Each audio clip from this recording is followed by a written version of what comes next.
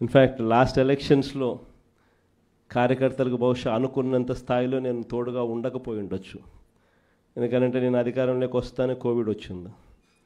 అధికారంలోకి జూన్లో అధికారంలోకి ప్రమాణ స్వీకారం చేశాం. మార్చ్ కల్లా కోవిడ్ వచ్చేసింది.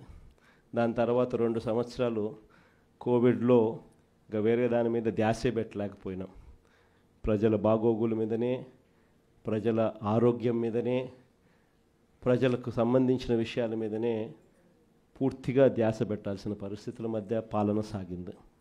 కానీ ఈసారి మాత్రం ప్రతి కార్యకర్తకు భరోసా ఇస్తూ ఉన్నా.